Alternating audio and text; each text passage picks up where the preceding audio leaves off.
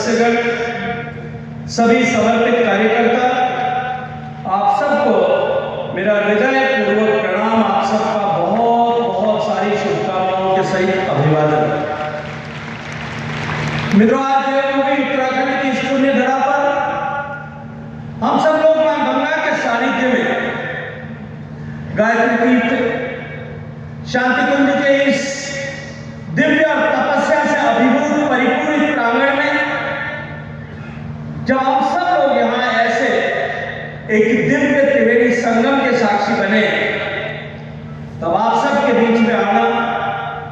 मेरे लिए न केवल सौभाग्य का विषय है, अपितु आज का यह अवसर मेरे लिए दिव्य स्पंदन को खड़ा करने वाला, जागृत करने वाला ऐसा अद्भुत अवसर है। मित्रों, आज का यह अवसर मात्र जन्म शताब्दी का अवसर नहीं, यह दीन के प्राकट्य का 100 वर्ष पूरे होने का अवसर मात्र नहीं है। अभी तो आज का यह अवसर भारत की संस्कृति की अविरल चेतना में एक ऐसे पड़ाव के रूप में है जहां अतीत, वर्तमान और भविष्य तीनों एक दूसरे से संवाद करते हुए हम सबको दिखाई पड़ते हैं। मित्रों, आज हम सब लोग ध्वजवंदन के साक्षी बने। ध्वजवंदन का साक्षात करना ये किसी संगठन की सामान्य विधि जैसा नहीं कि किसी कार्यक्रम के अवसर पर हमने ध्वज को, जो हमारे लिए एक आस्था का प्रतीक है, एक श्रद्धा का प्रतीक है, हम सब लोगों को एकीकृत करने वाले एक प्रतीक के रूप में, अभी तो हमने एक ऐसे ध्वज का बंधन किया है जो हमारी सभ्यता का जीवंत प्रतीक, इस भारत की हजारों हजार साल की निरंतरता का प्रतीक है। हमने एक ऐसे ध्वज के प्रतीक के रूप में, प्रतीक के रूप में वंदन किया जहां साधना अनुशासन बनाती है और संस्कार चरित्रों का निर्माण करता है। मित्रों, जब चरित्र का निर्माण होता है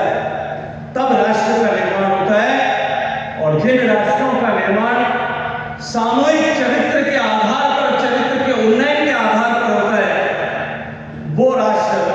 निरंतरता को प्राप्त करते हुए, वो संस्कृति निरंतरता को प्राप्त करते हुए विश्व को दैदीप्यमान करने का काम करता है। मित्रों, एक ध्वज का वंदन हम सबने किया, यह हम सबको यह भी सिखाता है कि सभ्यताएं शब्दों से नहीं बनाती, सभ्यताएं शास्त्रों से नहीं बनती, सभ्यताएं चरित्रों की गहराई और ऊंचाई से जो है वो निर्मित होती है, जागृत होती है और जीवित रहती है। मित्रों, शताब्दी का यह वर्ष जहां हम 3 ऐसे महत्वपूर्ण विषयों की शताब्दी को एक ऐतिहासिक अवसर पर यहां एकत्रित आए, ये केवल वर्षों या दिनों की गणना मात्र नहीं है, अभी तो तथा यह शताब्दी केवल 100 वर्षों की संख्या की गणना नहीं है। अभी तो शताब्दी वो क्षण है जब समाज और साधक अपने आप से इस बात का प्रश्न करता है कि हमने जिन मूल्यों को जिया, हमने जिन आदर्शों को पीढ़ियों तक पहुंचाया, पीढ़ियों तक आगे लेकर के गए, हमने जिस भविष्य को निर्माण करते हुए जिस तरह की धरोहर का निर्माण किया, क्या हम आने वाली पीढ़ी को वर्तमान के चुनौतियों के समय में उस गति के सापेक्ष काम करते हुए आगे ले जाने में सफल हो रहे हैं अथवा नहीं? आज का इस समारोह में मानता हूं कि अतीत का गौरवगान नहीं, अभी श्रद्धेय चिन्मय पांड्या जी ने अपनी बातचीत में जिस तरह से कहा कि आज का ये क्षण जो है, यह अद्भुत क्षण केवल अतीत का स्मरण करने का, उसका गौरवगान करने का क्षण नहीं है, अभी तो भविष्य के लिए मार्गदर्शन लेने और संकल्पबद्ध होकर के इस साधना को और अधिक गति के साथ में साधना में जुट जाने का समय। आज का एक क्षण और भी दुर्लभ इसलिए है क्योंकि हम जानते हैं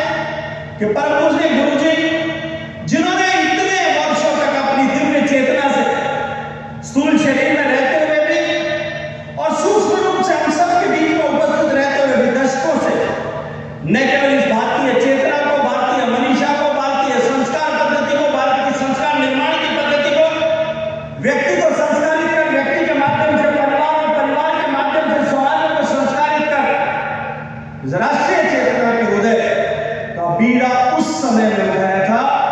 जब हमारी संस्कृति सबसे कठिन दौर से गुजरी। मित्रों,